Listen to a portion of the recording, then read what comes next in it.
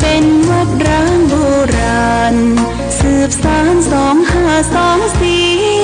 พระมหาราชครูเกษราปัญญาปรมาติกาจารย์จากวัดดับภัยเชียงใหม่สืบสานเวลาผ่าน131 ปีนานไกลวัดพระบาทอุดมรุ่งเรืองงามตาเจ้าน้อยบุญธรรมสาขาหลวงปวงเชียงใหม่ปกครองหัวเมืองฟ้าทุ่มเทแรงกายแรงใจทุกชาติพันธุ์รวมใจรักษา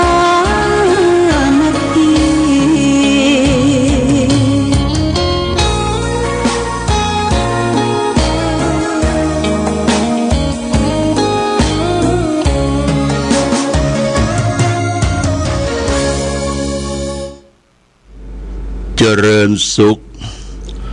ศรัทธาสาธุชนญาติโยมท่านพุทธบริษัททั้งหลาย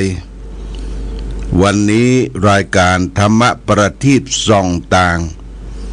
ก็ได้มาพบปะกับพ่อแม่พี่น้อง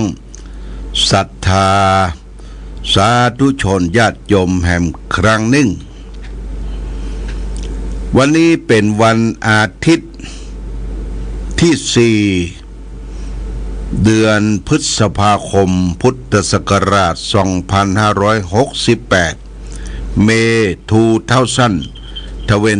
2025ตรงกับเดือน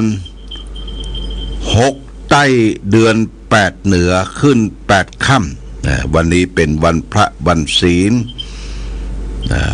แล้วก็เป็นวันตรงกับวันฉัตรมงคลวันฉัตรมงคลนะก็เป็นวันเถลิงราชสมบัติของพระบาทสมเด็จพระเจ้าอยู่หัวเปิ้นก็จะมีพิธีทางการถวายสดุดีแด่พระบาทสมเด็จพระเจ้าอยู่หัวพระองค์ก็จะเสด็จไปที่วัดพระแก้วไประลึกถึง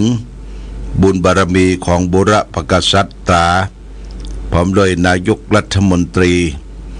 และก็วันนี้มีหลายงานญาติโยมนะหลายงานหลายที่งานประเพณีตั้งเหนือปุ่นก่อวัดปัญจคณานุสรณ์ตำบลแม่สาวก็ส่งน้ำพระธาตุตั้งใต้ก็วัดปางซักวัดเทพประสิทธิ์ปางซักก็ส่งน้ำพระธาตุและตำบลเวียงเขต3เฮานี่ก็ที่วัดห้วยบอน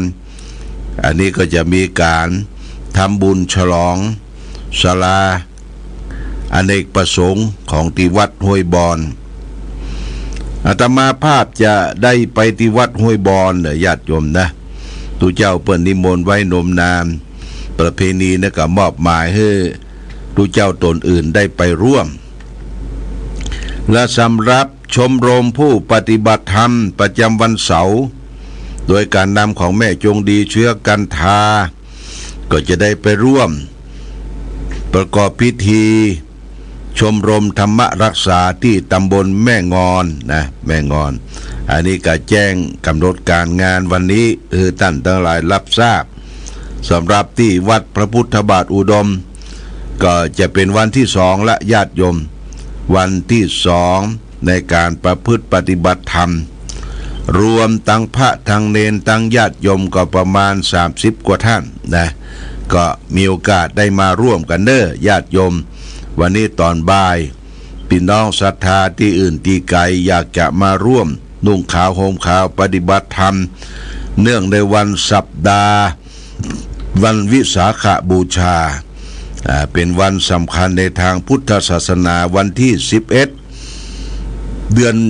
11เนี่ยเดือนเป็นที่11วันอาทิตย์หน้าจะเป็นวันสำคัญพุทธศาสนา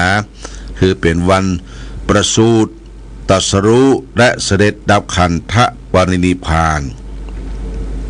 ขององค์สมเด็จพระสัมมาสัมพุทธเจ้าอาตมาภาพต่อรองคณะสงฆ์ผู้ปฏิบัติธรรม สำนักปฏิบัติธรรมวัดพระพุทธบาทอุดมก็จัดงานพิธีก่อนตั้งแต่วันที่3ที่4ที่5ที่6เมื่อเจ้าก็เสร็จพิธีวันพรุ่งนี้วันที่5ก็จะได้เดินทางไปเจริญพุทธมนต์สมโภชน้ำพระพุทธมนต์น้ำพระราชทานที่จะส่งพระธาตุดอยสุเทพนะวันพรุ่งนี้เวลา3 โมงก็จะได้เดินทางไปร่วมแล้วก็ทางที่นี่ก็มีการปฏิบัติธรรมอยู่ก็อาศัยพระสงฆ์องค์สามเณรได้ช่วยกันประพฤติปฏิบัติธรรมจนถึงไปวันที่6เมื่อเจ้าที่ปฏิบัติธรรมก่อนนั้นเพราะว่าวันที่9ที่10เนี่ยญาติโยมนะวันที่9ที่10นี้จะได้เดินทางไปเชียงตุงไปงานสมโภชอายุวัฒนมงคลหลวงพ่อสมเด็จอาจยาธรรมปัจเจ้าวัดราชทานเชียงยืนอำเภอเมืองเชียงตุงที่ทางคณะสงฆ์เชียงตุงได้อาราธนานิมนต์จะได้ไปร่วมกันเดินทางวันที่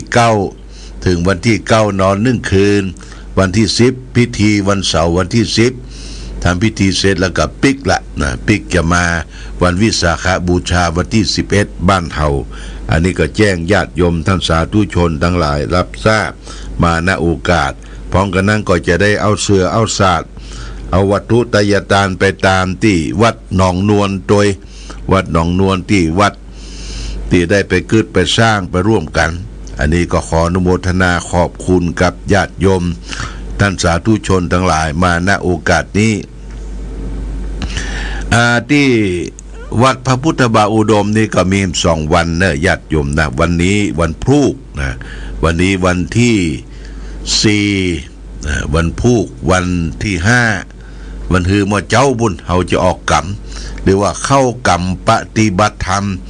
นุ่งขาวห่มขาวไหว้พระสวดมนต์เดินจงกรมภาวนาเพื่อถวายเป็นพระราชกุศลแด่พระบาทสมเด็จพระวชิรเกล้าเจ้าอยู่หัว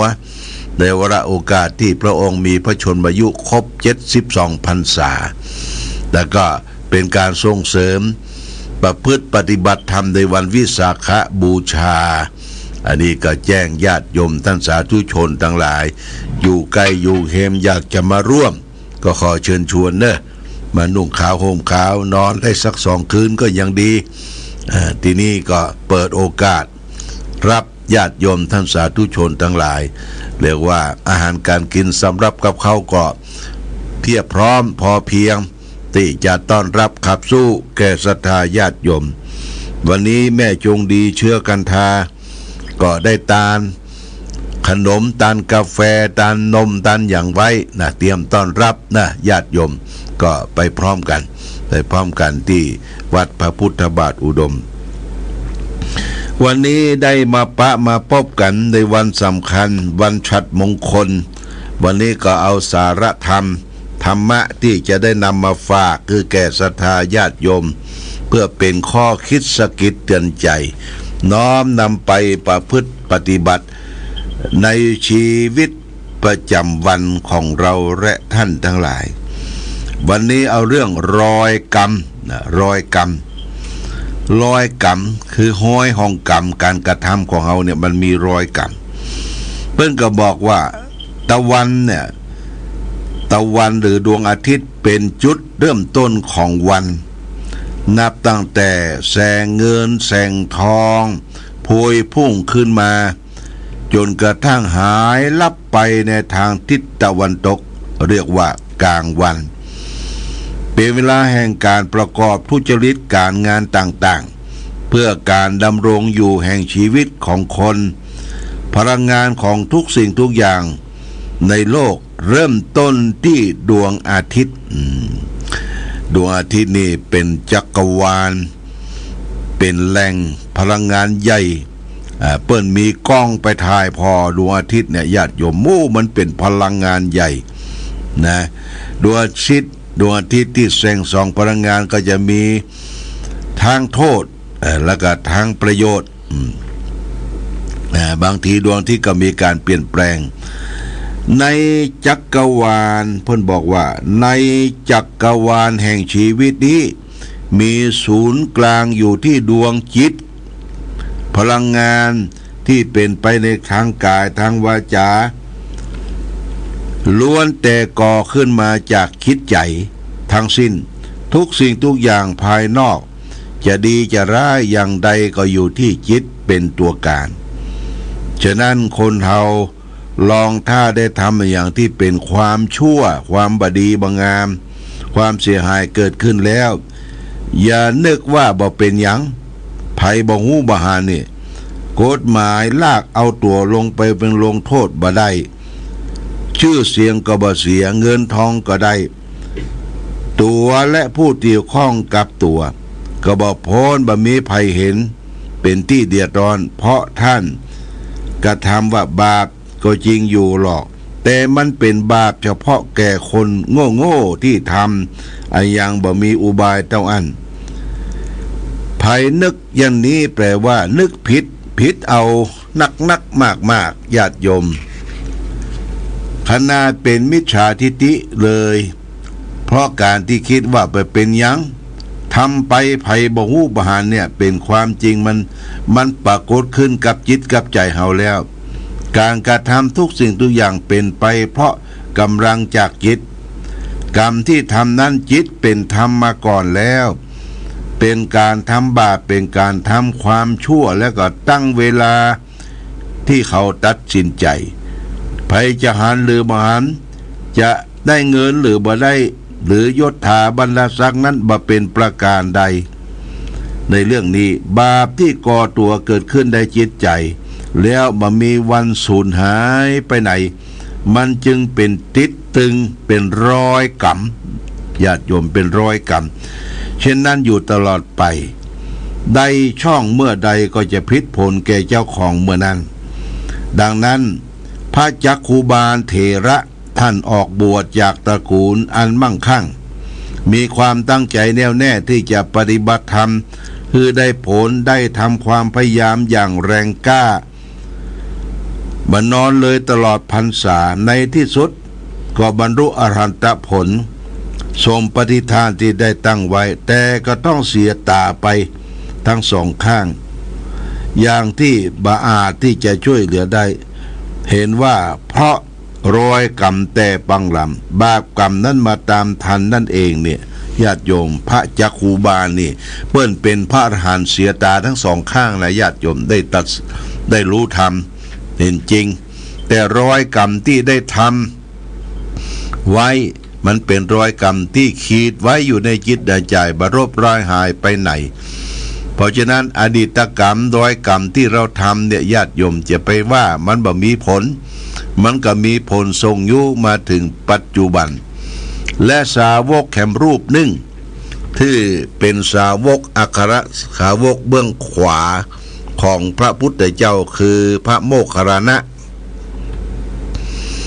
พระโมคคัลลานะเนี่ยเป็นผู้มีฤทธิ์มากสามารถที่เหาะเหินเดินอากาศดำดินหายตัวได้แต่สุดท้ายเนี่ยมหาโมคคัลลานะก็ถูกโจร500บุบร่างกายจนแหลกเหลวนะแล้วก็ไปถึงแก่มรณกรรมที่นิพพานที่บ้านแม่ของตนเองเพราะว่ากรรมมาถึงมาตันแล้วมันหลีกเล่นไปบ่พ้นได้ญาติโยมก็ยอมใช้หนี้ใช้กรรมให้มันหมดเวรหมดกรรมไปเหียกรรมมุนาวัตติโลโกสัตว์โลกย่อมเป็นไปตามกรรมของภัยของมันอันนี้ฝากเป็นหลักคิดญาติโยมเพราะฉะนั้นทำแต่กรรมดีทำแต่กุศลกรรมเกิดมาทั้งทีทำดีคือได้จะตายทั้งทีได้ฝากดีไว้ทำดีไว้ให้ลูกทำถูกไว้ให้หลานทำความชื่นบานไว้กับประเทศชาติบ้านเมืองกับศาสนากับครอบครัวกับชุมชนของเฮาให้มีความสุขตามฐานานุรูปที่เราจะพึงได้รับดีฝากไว้เป็นข้อคิดสะกิดเตือนใจเอาละวันนี้ได้มาพบมาปะญาติโยมก็พอสมควรแก่กาลเวลาเพราะจะต้องเตรียมตัวทำหน้าที่หลายอย่างเวลายังเหลือเขาก็ฟังเพลงฟังอย่างจาก สถานีต่อไปขอความผาสุขความเจริญจงมีแก่ศรัทธาญาติโยมสาธุชนทั้งหลายรายการธรรมประทีปส่องตางก็ต้องขอลาก่อนขอผู้ฟังจงตั้งมั่นจิตหันษา